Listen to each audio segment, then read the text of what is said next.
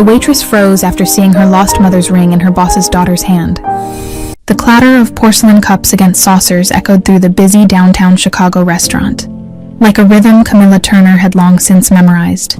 She moved between tables with practiced ease, balancing trays loaded with steaming coffee pots and plates of eggs Benedict. Her worn sneakers squeaking softly against the checkered tile floor. The lunch rush was in full swing. Businessmen in sharp suits typing furiously on laptops. Tourists studying crumpled maps. Regulars who knew her by name but never asked about her life. That was fine with Camilla. She preferred it that way. At 28, she'd perfected the art of being invisible. Smile politely, take the order, refill the coffee, collect the tip, repeat. Her life existed in these narrow margins. The space between other people's conversations. The gap between their laughter and her silence. She'd been doing this for 6 years now, ever since she'd aged out of the group home in southern Illinois. Before that, there were foster families she barely remembered, social workers with kind eyes and helpless shrugs, and the persistent, gnawing question that had haunted her since childhood. Who am I? Camilla knew the basic facts, found wandering near a burned-out building when she was 8 years old. No-eyed, no family, no memory of anything before that night. The doctors said trauma could do that. Erase whole chapters of a person's life like words wiped from a chalkboard. She'd been placed in the system, given the name Camilla Turner, by a tired caseworker who'd probably chosen it at random, and told to move forward. But how do you move forward when you don't know where you came from? She carried only fragments. Pieces of a puzzle that would never quite fit together. The scent of jasmine flowers. So vivid sometimes she'd stop mid-step, convinced someone nearby was wearing that perfume. The sensation of soft hands stroking her hair before sleep. A woman's voice, low and soothing, singing a lullaby in Spanish she couldn't quite remember. And most persistent of all, the ring, a delicate band of gold with 2 small emeralds intertwined at the center, catching the light like twin stars. She'd seen it so many times in her dreams, felt its weight on her finger, but she'd lost it the night of the fire, the night everything disappeared. Camilla, table 12 needs water. Marco, the assistant manager, barked from behind the counter. She nodded, grabbed a pitcher, and wove through the crowded dining room. The October sunlight streaming through the tall windows felt warm against her face. Outside, the city moved at its relentless pace. Cars honking, pedestrians rushing, the L train rattling overhead.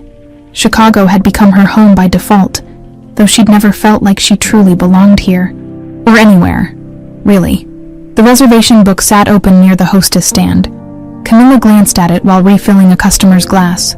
A special booking for the private dining room upstairs. Some businessman celebrating his daughter's birthday. Michael Harrington. The name read, she recognized it vaguely. One of those wealthy guys who owned hotels or something. The kind of customer who ordered expensive wine and left generous tips but never made eye contact with the help. Rich people were all the same, she'd learned. They lived in a different world. One where money solved problems and doors opened automatically. Meanwhile, people like her scraped by in rented rooms with peeling wallpaper, counting quarters for laundry, saving every dollar for emergencies that always seemed to come. Camilla, they're ready for you upstairs, Marco said, handing her a leather-bound menu. VIP treatment, don't screw it up. She smoothed her apron, tucked a strand of dark hair behind her ear, and climbed the narrow staircase to the second floor. The private room was elegant. White tablecloths, crystal glasses catching the afternoon light, a small vase of fresh roses at the center, 2 place settings. The door opened. A young woman entered first. 20, maybe 21. Radiant. She wore a white dress that probably cost more than Camilla made in 3 months. And her smile was the kind that came from a life unburdened by real hardship. Blonde hair cascaded over her shoulders in perfect waves. She moved with the easy confidence of someone who'd never been told she didn't belong. Behind her came the father. Michael Harrington was 51, though he carried himself like a man weighed down by far more years. Tall, broad-shouldered, dressed in a perfectly tailored charcoal suit, but it was his eyes that struck Camilla. Dark, heavy, marked by an exhaustion that had nothing to do with lack of sleep. This was a man who'd built an empire but lived in emotional ruins. "Good afternoon," Camilla said. her voice steady and professional. "Welcome to—" "Thank you," the young woman interrupted brightly, settling into her chair. "This is so lovely, Daddy." "Isn't it lovely?" Michael Harrington nodded absently, his gaze drifting to the window. Camilla approached with the menu, her hands steady as she began reciting the specials. The daughter, Abigail, she'd overheard the father call her, listened with genuine interest, asking questions about the salmon preparation and whether the risotto was gluten-free. And then Camilla's eyes dropped, just for a second, to Abigail's left hand, resting delicately against the white tablecloth, and the world stopped. On her ring finger sat a delicate band of gold, 2 small emeralds intertwined at the center, catching the afternoon light like twin stars. The notepad slipped from Camilla's fingers and hit the floor with a sharp crack. She couldn't breathe, couldn't think, couldn't move. Images slammed into her mind with violent clarity. A woman with dark hair kneeling before her, adjusting the ring on her small finger. "This is yours, mi amor, forever." 2 little girls running through a massive garden, laughing, their hands clasped together. That same voice singing softly in the darkness. "Duerme, duerme, mi niña hermosa." Fire, smoke, screaming, and the ring slipping from her finger, tumbling into ash. "Miss, are you okay?" Michael Harrington's voice cut through the fog. He was staring at her, his brow furrowed with concern. Abigail leaned forward, her expression curious and slightly worried. Camilla forced herself to breathe, her heart hammered against her ribs. She bent down quickly, grabbing the notepad with trembling hands. "I'm so sorry," she managed, her voice barely above a whisper. That ring." Abigail glanced down at her hand, then back up with a small, confused smile. It's a family heirloom. It belonged to my mother." The words hit like a punch to the chest. "My mother," Camilla nodded mechanically, her throat tight. "It's beautiful. Thank you." Abigail touched the ring gently, her smile turning sad. "She passed away when I was a baby. I never got to know her, but my father says she had 2 of these made, one for me and one for my older sister." Camilla's knees felt weak. "Your sister?" she heard herself ask. Michael's expression darkened. "She disappeared 20 years ago, in a fire." The room tilted. Camilla mumbled something, an apology, an excuse, and stumbled through taking their order on autopilot. Her hands shook as she wrote, her vision blurred.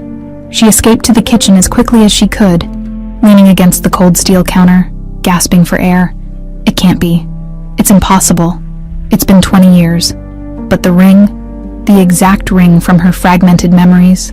That night, alone in her cramped rented room on the south side, Camilla sat on the edge of her narrow bed and opened the old cardboard box she kept under it. Inside were the few possessions she'd carried from childhood: a faded stuffed rabbit, a cheap bracelet, and a single photograph. She pulled it out with shaking hands.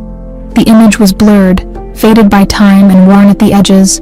2 little girls, arms wrapped around each other, smiling at the camera, one older, one younger, and on the younger girl's hand, barely visible, just a glimmer of light, was a ring. Camilla turned the photo over. In faint pencil, almost illegible, someone had written, "Claire and Abigail, summer 2004. The photo slipped from her fingers and fluttered to the floor. Claire. The name echoed in her mind like a bell she'd heard in a dream but couldn't quite place. She pressed her hands to her face and let the tears come. Silent, wrenching sobs that shook her entire body. Because somewhere deep inside, beneath 20 years of silence and forgetting, something was waking up. Someone was waking up. And her name wasn't Camilla Turner. Camilla didn't sleep that night. She sat on her bed until dawn, the photograph clutched between her fingers, staring at the 2 little girls who smiled back at her from another lifetime. Claire and Abigail. The names felt both foreign and familiar, like a song she'd once known by heart, but could no longer sing. Every time she closed her eyes, she saw the ring. Those emeralds catching the light, Abigail's delicate hand resting on the white tablecloth, and behind it all, fragments of memories that felt more like ghosts. Fleeting, intangible, just out of reach. By the time her alarm buzzed at 6:30, she'd made a decision. She needed answers. But where did someone like her even start? She had no money for lawyers or private investigators, no connections, no proof beyond a faded photograph and dreams that might just be her imagination, filling in the blanks of a trauma-scarred childhood. All she had was the ring, and the fact that Michael Harrington kept coming back. Over the next 2 weeks, he became a regular, always the same table by the window, always the same time, 11:15, just before the lunch rush peaked, always alone. He'd order black coffee and a club sandwich he barely touched, spending most of the hour staring out at the street or studying papers from his briefcase. But Camilla noticed something else. He watched her, not in a creepy way, not like some of the other men who came through, the ones whose eyes lingered too long, who asked invasive questions or left their numbers scrawled on napkins. Michael Harrington's gaze was different, searching, like he was trying to solve a puzzle that had haunted him for years. It made her nervous. "Girl, what's up with Mr. Tall, dark, and brooding over there?" her co-worker Shanice whispered one afternoon, nodding toward Michael's table. "He asks for you every single time. You got something going on?" "No," Camilla said quickly. "He's just a regular." Shanice raised an eyebrow. "A regular who tips 40% and stares at you like you're the ghost of Christmas past. That man's got history written all over him." Camilla didn't respond. She refilled the coffee pot and approached his table, forcing her expression into neutral professionalism. "Refill?" she asked. Michael looked up from his papers. "Please," she poured carefully, acutely aware of his eyes on her face. The silence stretched uncomfortably. "Can I ask you something?" he said finally. Her hand stilled. "Sure. How old are you?" The question caught her off guard. 28, why? Something flickered across his face. Pain, maybe? Or recognition? He closed his eyes briefly, like he'd been struck by something invisible. "Were you born here in Chicago?" Camilla's pulse quickened. I don't know, actually. I grew up in a group home downstate, Southern Illinois. I don't have any clear memories before I was 8. Michael's knuckles went white where he gripped his coffee cup. "What happened when you were 8? She shouldn't answer. This was too personal, too strange. But something in his voice, the raw desperation beneath the carefully controlled tone, made her respond. "There was a fire," she said quietly. "At least, that's what the social workers told me. I was found nearby. No ID, no family, no memory of anything before that night." She hesitated. "They said trauma can do that, erase things." Michael set his cup down slowly, his hand trembling slightly. "What's your name?" "Camilla. Camilla Turner." "Is that the name you were given? Or the name you remember?" The question hit like a physical blow. The caseworker gave it to me. I didn't remember my real name." Michael pulled out his phone with shaking fingers, scrolled through something, then turned the screen toward her. The photograph showed a grand estate, white columns, sprawling gardens, fountain in the center of a circular driveway, and in front of it, a family, a beautiful dark-haired woman holding a baby, a tall man with his hand on the shoulder of a little girl, maybe 7 or 8, with bright eyes and a missing front tooth. "This was my home," Michael said, his voice rough. 20 years ago, that's my wife, Rose, my youngest daughter, Abigail, and my oldest daughter." His voice cracked. "Claire." Camilla stared at the photo. The little girl looked happy, loved, whole. "There was a fire," Michael continued. "December 2004. It destroyed everything. Rose disappeared that night. So did Claire. We searched everywhere. Hospitals, morgues, shelters, foster systems, nothing. My wife and daughter vanished like smoke." He looked up, his eyes red-rimmed. "Abigail was the only one we found. She was still in her crib when the firefighters pulled her out." Camilla's throat closed. She couldn't speak, couldn't breathe. "I never stopped looking," Michael whispered. 20 years, private investigators, every database, every lead, no matter how small, but they were gone until, he gestured helplessly at her, until I walked into this restaurant and saw you, 3 blocks away, in a sleek corner office on the 43rd floor of the Harrington Tower. Veronica Sloan sat behind her mahogany desk and seethed. She'd built this, not Michael, her. After Rose disappeared and Michael fell apart, Veronica had been the one to hold the company together. She'd managed the finances, negotiated the deals, expanded the hotel chain into 6 new states. She'd protected Abigail, raised her like her own daughter, and kept the Harrington empire from crumbling. And in return, she'd been given control, power, a seat at the table. If Claire came back, if that pathetic little waitress was really Claire, everything would change. Inheritance, authority, influence. Veronica would lose it all. Her assistant knocked softly. "Ms. Sloane, the investigator is here. Send him in." Marcus Webb was exactly what she'd paid for. Discreet, efficient, morally flexible. He settled into the chair across from her, flipping open a thin folder. "Camilla Turner," he began. 28 years old, current address, 2847 South Wabash, apartment 4B, works at Romano's restaurant downtown, no criminal record, no significant assets, she's nobody. "Dig deeper," Veronica said coldly. "Find out where she really came from, who placed her in that group home, any inconsistencies in her records, anything I can use." Webb nodded slowly. "You want me to discredit her? I want you to bury her," Veronica corrected. "Before my brother does something stupid." Abigail Harrington had never been good at sitting still, while her father attended endless business meetings and her Aunt Veronica obsessed over quarterly reports. Abigail spent her days restless and bored. The mansion felt like a beautiful prison. Her friends were shallow. Her boyfriends were worse. Everyone wanted something from her.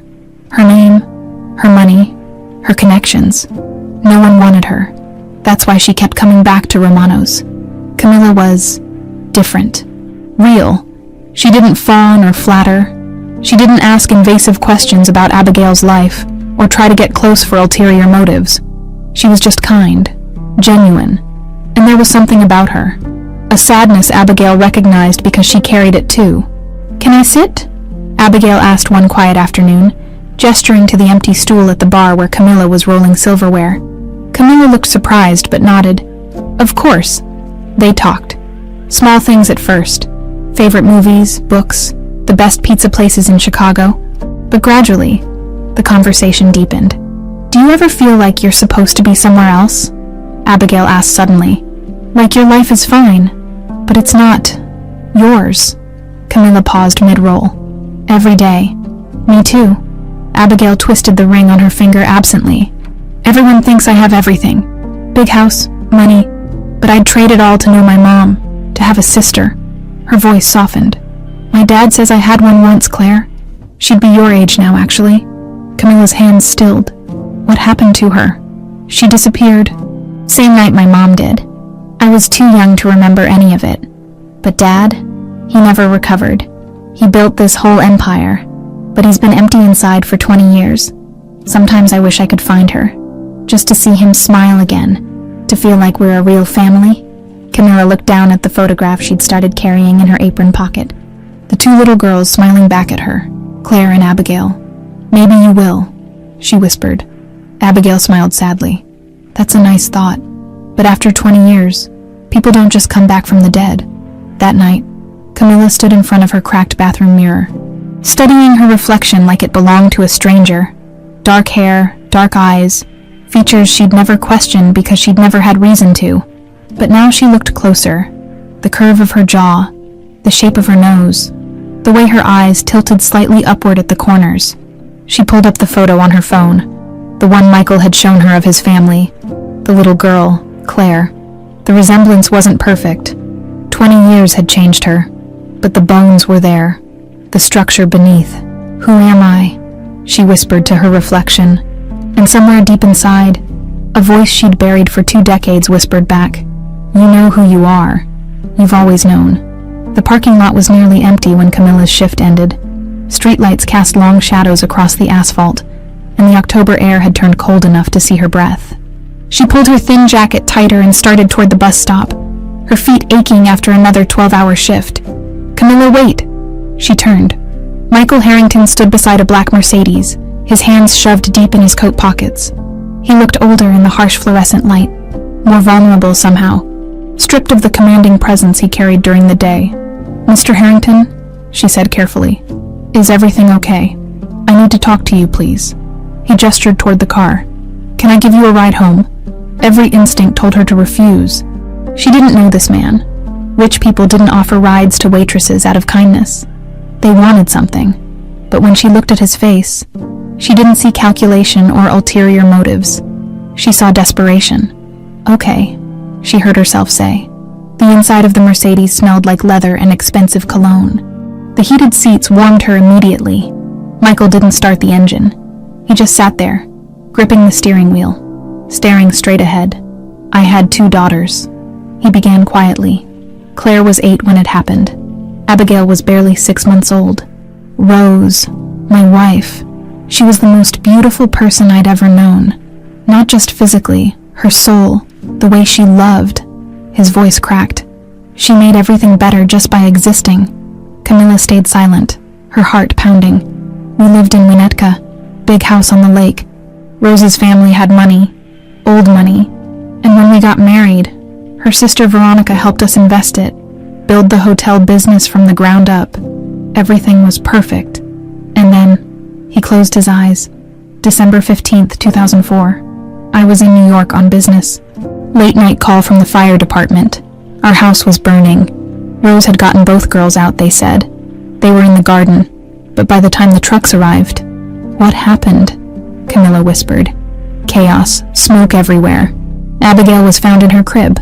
Rose must have put her back inside thinking she'd come back for her. But Rose never came back. And Claire..." He turned to look at her, his eyes shining with unshed tears. "She vanished. Police searched for months. We found Rose's body 3 weeks later in the ravine behind the property. She'd fallen, broken neck. But Claire was just... gone." Camilla's hands trembled in her lap. "Maybe she ran. Maybe she was scared. That's what I told myself, for 20 years. That's what I believed. That she was out there somewhere, alive. That one day she'd come home." He pulled out his phone again, scrolling through photos. Rose had these rings made 2 months before she died. Custom design, she said. Every girl should have something beautiful that connects her to her family. 2 emeralds intertwined. 1 for each daughter. She gave Abigail hers right away.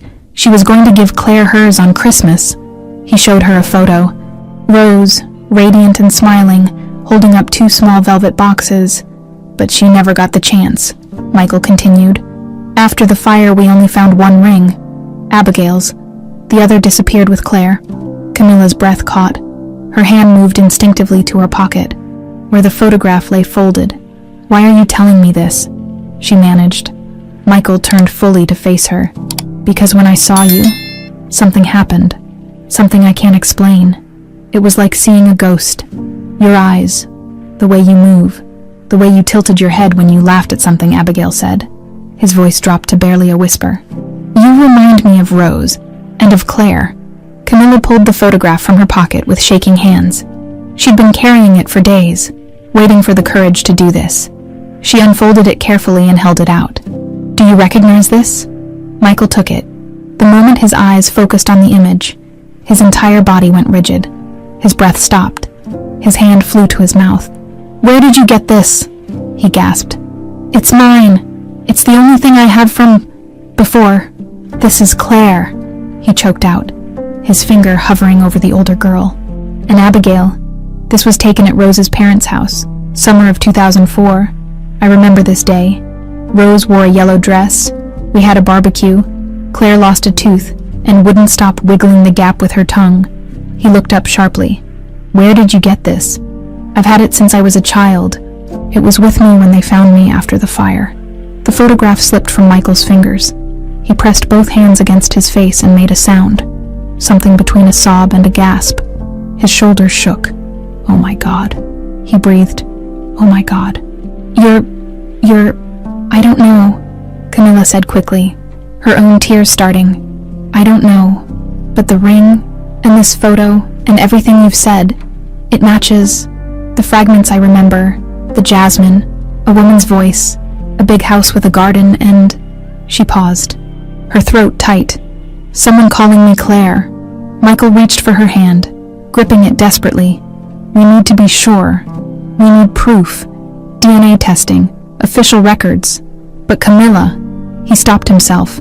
"Claire, my God, is it really you?" "I don't know who I am anymore." "Then we'll find out. he said fiercely. Together, I'll hire the best genealogists, medical experts, whatever it takes. If there's even a chance you're my daughter. He pulled her into a sudden, fierce embrace. I won't lose you again. Camilla let herself be held, and for the first time in 20 years, she felt something she'd almost forgotten. Safe. Veronica Sloane received the call at 10:30 that night. They met, Marcus Webb said without preamble. Parking lot of the restaurant. Talked for over an hour in his car, then he drove her home. And Miss Sloane, he was crying when he left. Veronica's jaw clenched. Did you get photos? Yes, and I planted a listening device on his car last week, like you asked. I've got audio of the whole conversation. Send it to me, everything. She hung up, and immediately pulled up the file Webb had already emailed. She clicked play, and Michael's voice filled her office, broken and desperate. If there's even a chance you're my daughter? Veronica slammed her laptop shut. This was worse than she'd thought. Michael wasn't just curious, he was convinced. And if he pushed forward with DNA testing, if this girl really was Claire, the empire Veronica had built would crumble. She picked up her phone and dialed Webb again. I need you to dig into every aspect of Camilla Turner's life. Medical records, school transcripts, anything from the group home.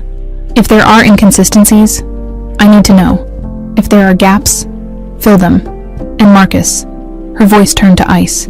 If you need to create inconsistencies, do it. That's illegal, Miss Sloane. I'm not paying you to be ethical. I'm paying you to protect this family. Are we clear? A pause. Crystal.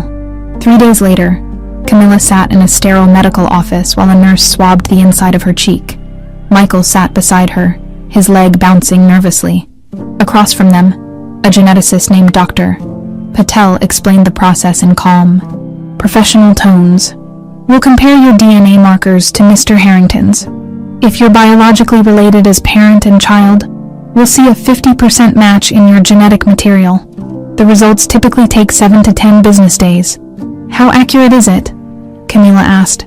99.97%, Dr. Patel assured her. If you're Mr. Harrington's daughter, we'll know with absolute certainty.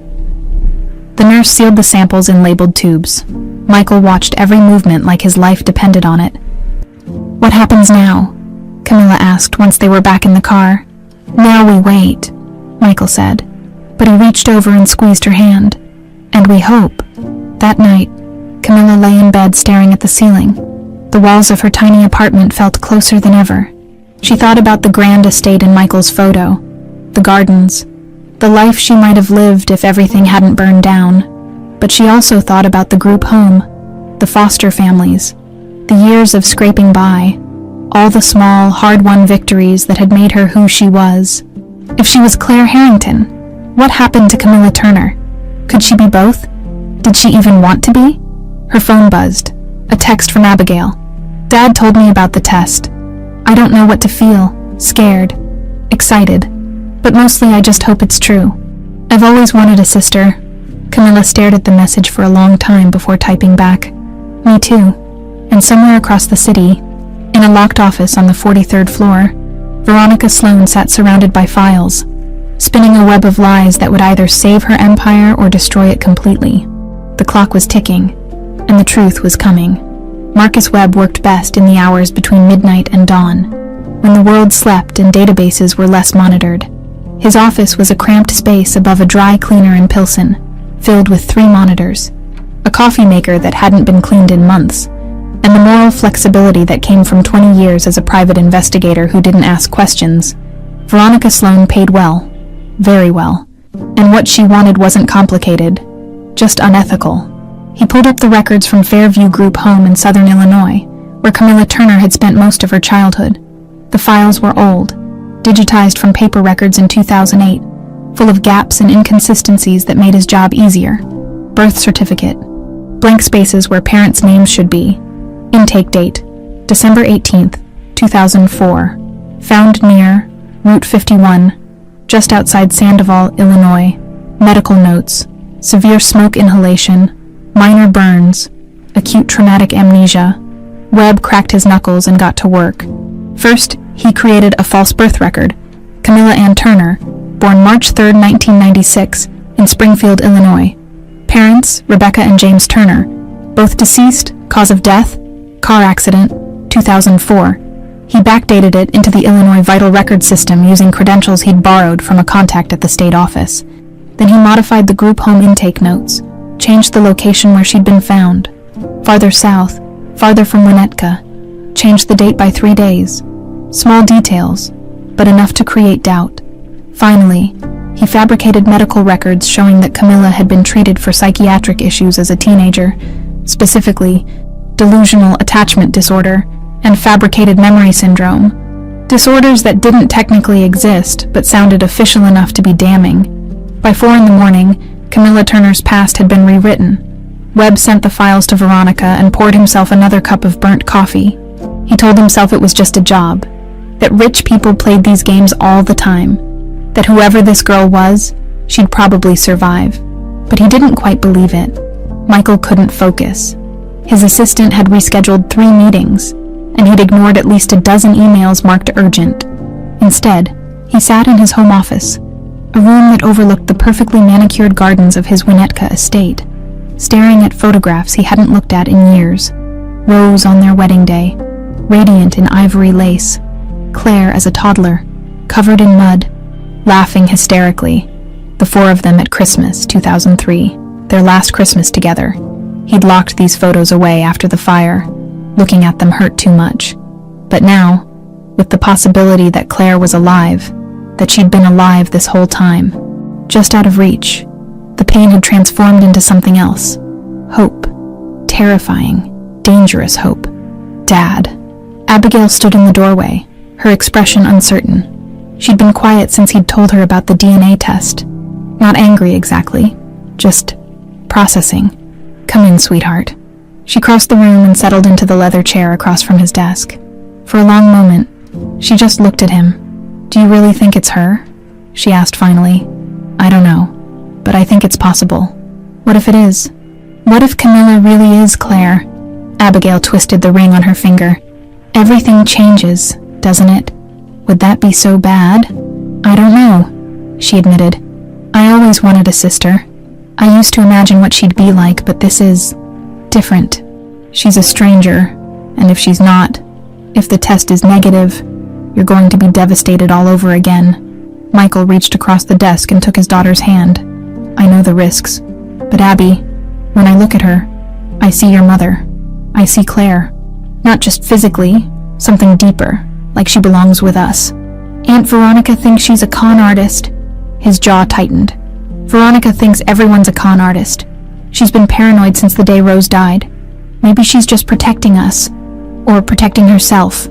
Michael hadn't wanted to voice this suspicion aloud, but now it tumbled out. Veronica controls most of the family finances. If Claire comes back, that changes the inheritance, the power structure, everything your aunt has built for 20 years. Abigail's eyes widened. You think she'd actually try to stop Claire from coming home? I think your aunt is capable of many things when her position is threatened. Camilla balanced 3 plates on her left arm while refilling a coffee cup with her right hand. The lunch rush was brutal today. Every table full, tickets piling up in the kitchen, Marco barking orders like a drill sergeant. Her feet screamed, her back ached, but she moved on autopilot, muscle memory taking over. Camilla, you've got a visitor, Shanice called from the hostess stand. She glanced up. Abigail sat at the bar, looking completely out of place in designer jeans and a cashmere sweater. Several customers stared. The girl probably didn't own anything that cost less than Camilla's monthly rent. Hey, Camilla said, sliding behind the bar. This is a surprise. I hope it's okay. I just needed to get out of the house. Of course, want some coffee. Please. Camilla poured 2 cups and leaned against the counter. For a moment, they just sat there in companionable silence. My dad told me about the DNA test, Abigail said finally. About everything, actually. The photo, your memories, the ring. Camilla's stomach clenched. And I don't know what to think. Part of me is terrified. Part of me is excited, and part of me... She looked up, her eyes glistening. Part of me feels like I've known you my whole life. Like you were always supposed to be here. Does that sound crazy? No, Camilla whispered. It doesn't. Abigail reached into her purse and pulled out a velvet jewelry box. She opened it carefully, revealing the ring, the 2 emeralds catching the afternoon light. Mom had these made 6 months before she died. She told Dad they were symbols, 2 stones intertwined, representing 2 sisters who'd always be connected no matter what. Camilla stared at the ring, her throat tight. She gave me mine right away, because I was a baby and she worried I'd, not make it if something happened. But yours, Abigail's voice cracked. She was saving it for Christmas. She wanted to give it to you on Christmas morning, but the fire happened first. Yeah, Abigail closed the box gently. Dad searched everywhere for the other ring. He thought if he found it, he'd find you, but it was gone, just like you were. Camilla thought about the memory, so vivid, so real, of small hands adjusting a ring on her finger, a woman's voice saying, "This is yours, mi amor, forever." Had Rose given it to her before everything fell apart? Had she been wearing it the night of the fire? If the test is positive, Abigail continued carefully, if you really are my sister, you should have it. The ring. It was always meant for you. Tears burned Camilla's eyes. I don't know if I deserve it. You deserve to know the truth. We all do. Abigail reached across the counter and squeezed her hand.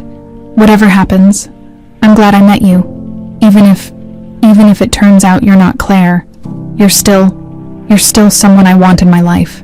It was the kindest thing anyone had said to Camilla in years. That evening, Veronica sat in her office reviewing Webb's fabricated documents. They were good, convincing, enough to plant serious doubts when the time came.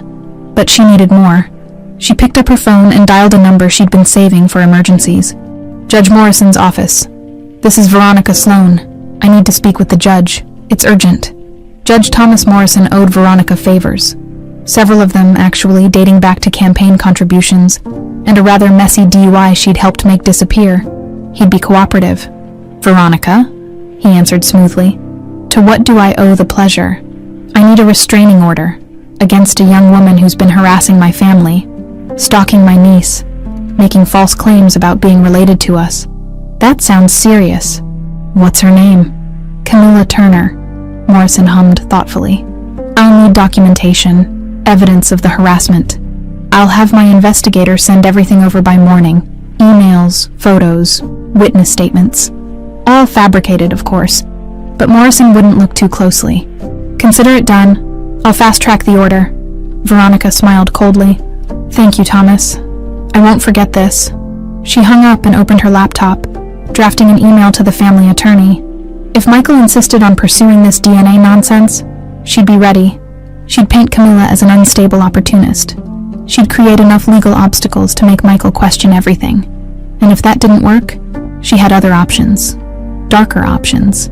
Veronica Sloan hadn't clawed her way to the top of the Harrington Empire by playing fair. She'd done it by being willing to do what others wouldn't. And she wasn't about to lose everything to a ghost. Later that night, Camilla sat on her narrow bed, staring at her phone. A text from Michael. Results should be in by Friday. Whatever happens. Thank you for being brave enough to hope, she typed, and deleted 3 different responses before finally settling on, thank you for believing me. But as she lay down to sleep, a creeping sense of unease settled over her. Something felt wrong, like invisible walls were closing in. She didn't know it yet, but Veronica's web was already tightening, and the battle for the truth had only just begun. The call came on a Thursday afternoon, 3 days before the DNA results were due. Camilla was wiping down tables during the slow period between lunch and dinner when her phone buzzed. An unfamiliar number with a 3-on-12 area code. She almost didn't answer. Spam calls were relentless, but something made her pick up. Is this Camilla Turner? Yes. Who's this? My name is Dr. Helena Patel. I'm calling from Precision Genomics regarding your recent DNA test with Michael Harrington. Camilla's heart stopped. The results aren't supposed to be ready until Friday. They're not. I'm calling because there's been a complication. Dr. Patel's voice carried a note of professional concern.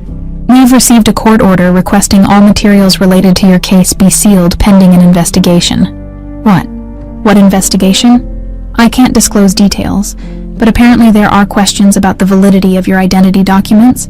The court has also issued a temporary restraining order preventing you from contacting Mr. Harrington or his family until the matter is resolved. The restaurant tilted. Camilla grabbed the edge of the table to steady herself. I don't understand. Who filed this? The order was requested by Veronica Sloan, acting as legal guardian and representative of the Harrington family interests. I'm very sorry, Miss Turner. Until this is sorted out, my hands are tied. The line went dead. Camilla stood frozen, the phone still pressed to her ear. Around her, the restaurant continued its rhythm. Dishes clattering, customers chatting, the espresso machine hissing, but she couldn't hear any of it over the roaring in her head. Veronica, Michael's sister-in-law, the woman who controlled the family finances, who had everything to lose if Claire came back. Camilla's hands shook as she pulled up Michael's number. She had to warn him, had to explain, but when she hit call, it went straight to a recorded message. The number you are trying to reach is not accepting calls at this time. She tried Abigail. Same message. They'd been blocked, or their phones had been cut off from her number entirely. Camilla? You okay? Shanice appeared at her elbow, frowning. You look like you're gonna pass out. I need to go. I need to... But where could she go? What could she do? She had no money for lawyers, no connections, no proof beyond a photograph that could easily be dismissed as stolen or fabricated. She was exactly what Veronica wanted her to be. Powerless. Michael stared at the document that had been hand-delivered to his office an hour ago. Legal letterhead, official seals, his sister-in-law's signature at the bottom. Emergency restraining order petitioner, Veronica Sloan, on behalf of Harrington Family Trust respondent, Camilla Ann Turner. The accusations were devastating. Stalking, harassment, fraudulent impersonation. Attached were evidence files, photos of Camilla outside the restaurant, time-stamped emails she'd supposedly sent to Abigail, fabricated, he was certain. And most damning of all, psychiatric records claiming she'd been treated for delusional disorders as a teenager. This is bullshit, Michael breathed, his voice shaking with fury. His attorney, David Cho, sat across from him looking grim. Maybe, but it's official bullshit. Judge Morrison signed off on this. The DNA testing has been suspended, and you're legally prohibited from contacting Mrs. Turner until a hearing can be scheduled. Morrison is in Veronica's pocket. She probably called in a favor. Can you prove that? Michael slammed his fist on the desk. I don't need to prove it. I know my sister-in-law. This is exactly the kind of thing she'd do. She's terrified of losing control. Then we fight it. But Michael, you need to prepare yourself. If these psychiatric records are legitimate, they're not. Then we have a problem. The courts take mental health issues seriously, especially in cases involving substantial inheritance. Michael stood abruptly, pacing to the window. Below, the city stretched out in every direction. His city, in many ways. The hotels he'd built, the buildings that bore his name. But what did any of it matter if he'd lost his daughter twice? Get me everything you can on Camilla Turner's background, he ordered. Real information, not Veronica's fabrications, birth records, school transcripts, medical history. I want to know where she came from and how she ended up in that group home. That'll take time. Then get started. After David left, Michael tried calling Camilla. The call wouldn't go through, blocked at the network level, probably by court order. He tried texting. The messages bounced back. She must think he'd abandoned her. The thought made him physically ill. The local news picked up the story by evening. Millionaire hotel magnate embroiled in identity fraud scandal? The anchor announced over footage of Michael leaving his office building. Sources say a young woman claiming to be his long-lost daughter has been exposed as an imposter with a history of mental illness. Camilla watched from her apartment, tears streaming down her face. They'd used her eyed photo from the restaurant, the unflattering one where she looked exhausted and vaguely criminal. They made her look desperate, dangerous. Her phone buzzed. Text from Shanice. Marco says you're suspended pending investigation. I'm so sorry. What the hell is going on? Suspended, of course. The restaurant couldn't afford to be associated with a scandal. She'd probably be fired by tomorrow. Another text. This one from an unknown number. You should have stayed in your lane. Sweetheart, this is what happens when trash tries to play dress-up with royalty. Then another. Gold digger. And another. You're pathetic. The messages kept coming. Dozens of them. Strangers who'd seen the news and decided she deserved their cruelty. Camilla turned off her phone and curled up on her bed, pulling her thin blanket over her head like armor.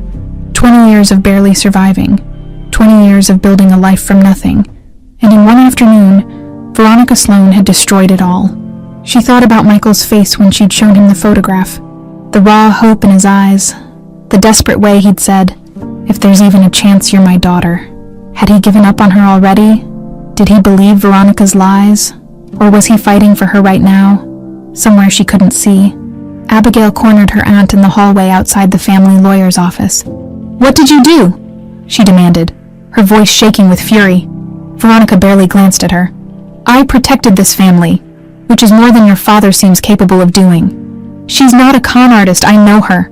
I've spent time with her. She's a mentally unstable waitress who saw an opportunity and took it," Veronica interrupted coldly. "Your father was vulnerable, grief-stricken. She manipulated him. That's not true. Then explain the psychiatric records. Explain why her background doesn't match. Explain why she conveniently remembered having a sister right after meeting you." Veronica's eyes were hard as stone. "Your father has built an empire. You're set to inherit hundreds of millions. Do you really think it's a coincidence that some random woman shows up claiming to be Claire Harrington?" Abigail faltered. The doubt was small, barely a whisper, but it was there.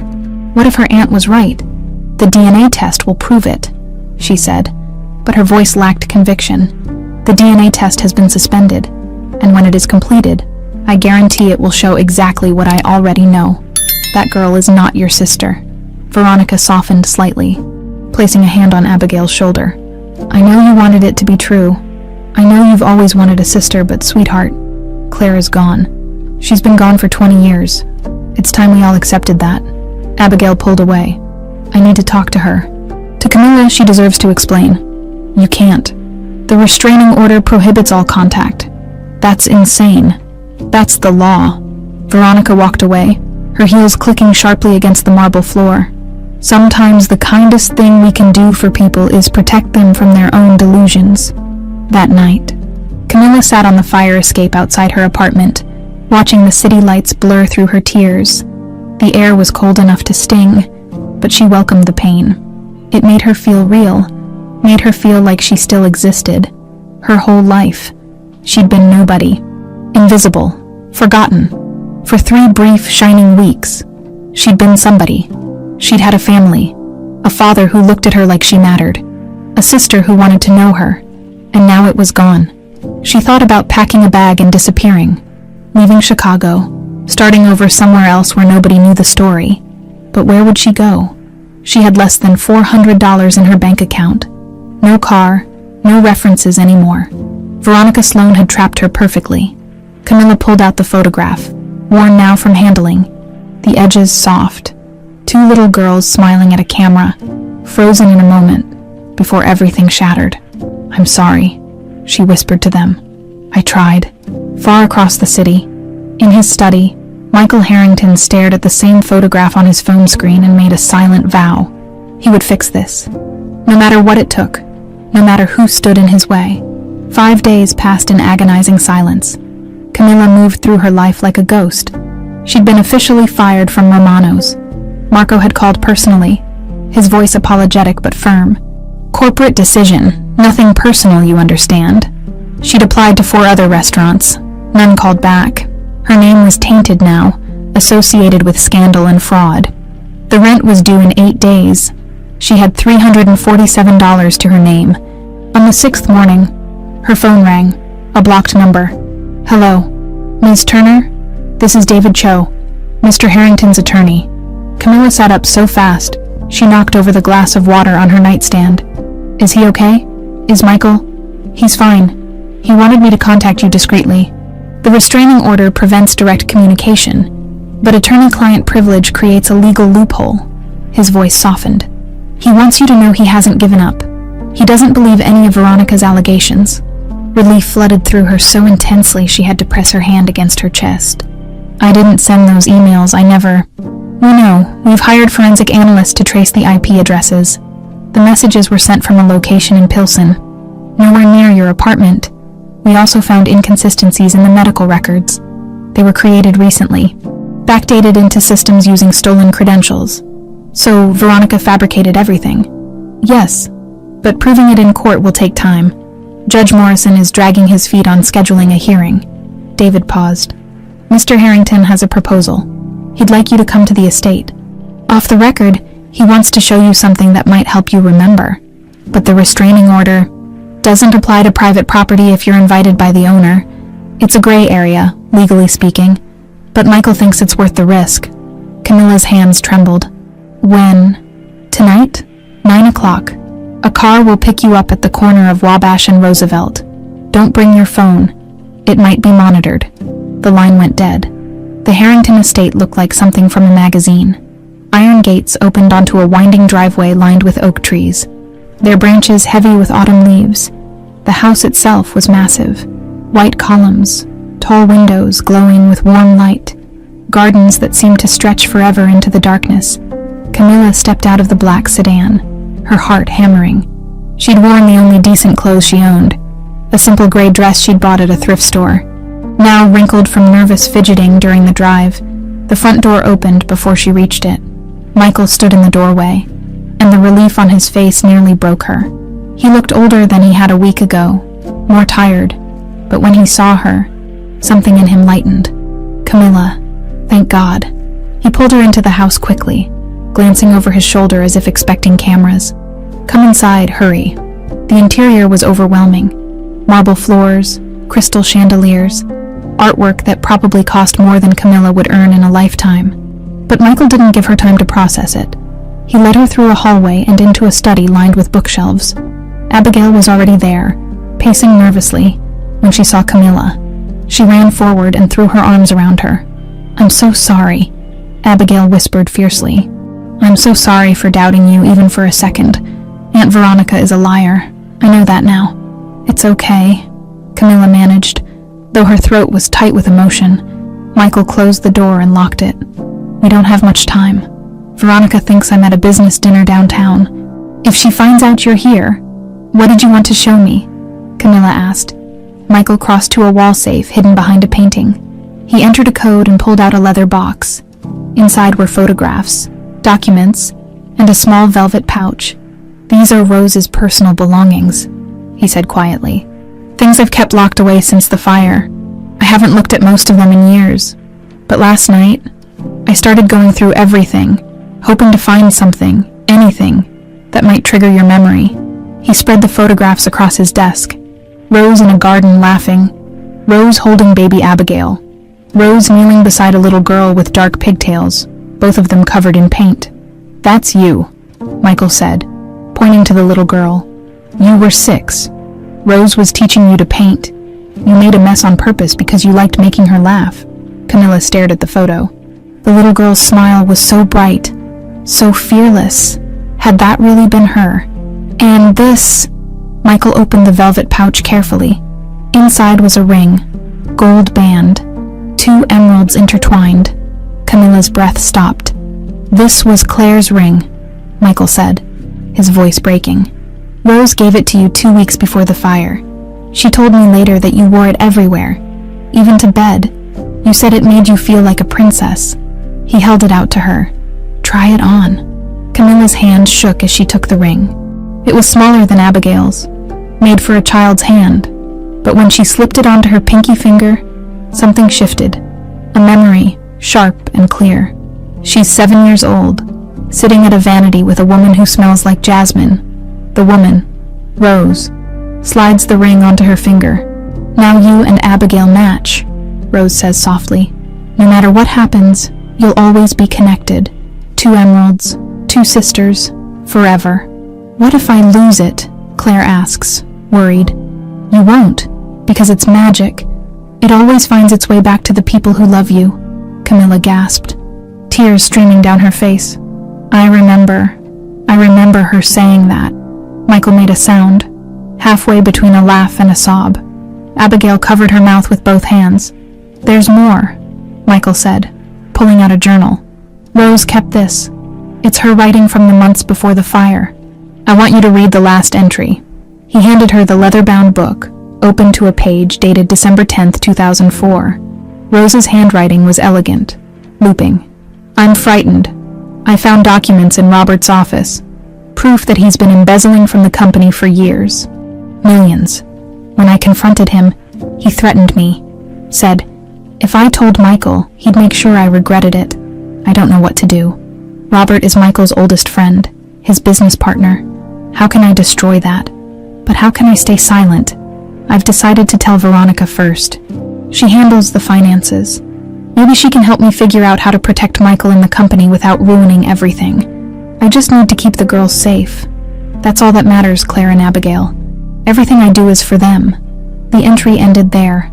Camilla looked up, confused. Who's Robert? Robert Chen, Michael said bitterly. My former partner. He was arrested 3 months after the fire for arson and embezzlement. He died in prison 5 years ago. So he started the fire. That's what we always believed. Rose must have told Veronica about the embezzlement. Veronica would have confronted Robert, and Robert. Michael's jaw clenched. He burned the house down to destroy the evidence. Abigail frowned. But why didn't Mom just tell you directly? Why go to Aunt Veronica first? I don't know. Maybe she wanted to be sure. Maybe she thought Veronica could handle it quietly. He looked at Camilla. But what matters is that Rose was trying to protect you, both of you, and in the chaos of that night. I got lost, Camilla whispered. You survived, Michael corrected. You survived, and you found your way back to us. For the first time in weeks, Camilla felt something she'd almost forgotten. Hope. But before anyone could speak again, the study door rattled violently. Michael, Veronica's voice cut through from the hallway, sharp with fury. Open this door now. The three of them froze. How did she know? Abigail breathed. Michael's face hardened. It doesn't matter. She's not taking this from us again. He strode to the door and unlocked it. Veronica stood in the hallway, her face twisted with rage. Behind her stood 2 private security guards. You violated a court order, Veronica hissed. Having that woman in this house is illegal. I've already called the police. This is my house, Michael said coldly. And she's my daughter. You don't know that. Yes. I do. Michael pulled an envelope from his jacket pocket and held it up. The DNA results came in this afternoon. Dr. Patel sent them to my personal attorney to bypass your legal manipulations. Veronica went pale. Would you like me to read them out loud? Michael asked. Or should we wait for the police to arrive so it's all on record? The silence was deafening. Abigail stepped forward, slipping her hand into Camilla's, and somewhere deep in the house, sirens began to wail. The police arrived in under 10 minutes. 2 squad cars, lights flashing blue and red against the white columns of the Harrington estate. Veronica met them at the door with the restraining order in hand, her expression a perfect mask of concerned authority. Officers, thank you for coming so quickly, she said, her voice steady and professional. That woman, she pointed at Camilla, is in violation of a court order. She's been harassing my family, and now she's trespassed onto private property. The older officer, a gray-haired man with tired eyes, glanced at the document. Ma'am, you'll need to step back. Let us handle this. Michael stepped forward. Officers, I'm Michael Harrington. I own this estate. This young woman is here at my invitation. There's been no trespassing. Sir, there's a restraining order, based on fabricated evidence. Michael interrupted. My attorney can prove that every document submitted to obtain that order was falsified. Veronica's jaw tightened, but her voice remained calm. My brother-in-law is emotionally compromised. This woman has convinced him she's his deceased daughter. She's exploited his grief for financial gain. That's a lie, Abigail said, her voice shaking but fierce. Aunt Veronica, how can you do this? How can you stand there and... Abigail, you're too young to understand. This woman is dangerous. Everyone. Please calm down, the younger officer said, holding up his hands. We're going to sort this out, but we need to do it calmly, Miss Turner. Can you come with us to the station to give a statement? Camilla's heart sank. Am I being arrested? Not at this time. But given the restraining order, we need to document everything properly. Michael moved to stand beside Camilla. Then I'm coming with her, and I'm bringing my attorney. That's not necessary. It absolutely is. Michael pulled out his phone. David, I need you at the Winnetka police station immediately. Yes. Now. Veronica's face had gone from composed to rigid. Michael, you're making a mistake. When the truth comes out, the truth is already out. Michael pulled the envelope from his jacket again, holding it up like a shield. DNA results. Delivered this afternoon by courier directly from Precision Genomics. Would you like me to read them now? Or would you prefer to maintain your dignity until we're in front of a judge? For the first time, Veronica's mask cracked. Her eyes widened slightly, and color drained from her cheeks. That's impossible. The court order sealed. You sealed one set of samples. My attorney had the foresight to request duplicates be sent to an independent lab. Perfectly legal. Michael's voice was ice. It's over, Veronica. The older officer cleared his throat. Sir, if you have documentation that contradicts the restraining order, we'll need to see it. But this isn't the place.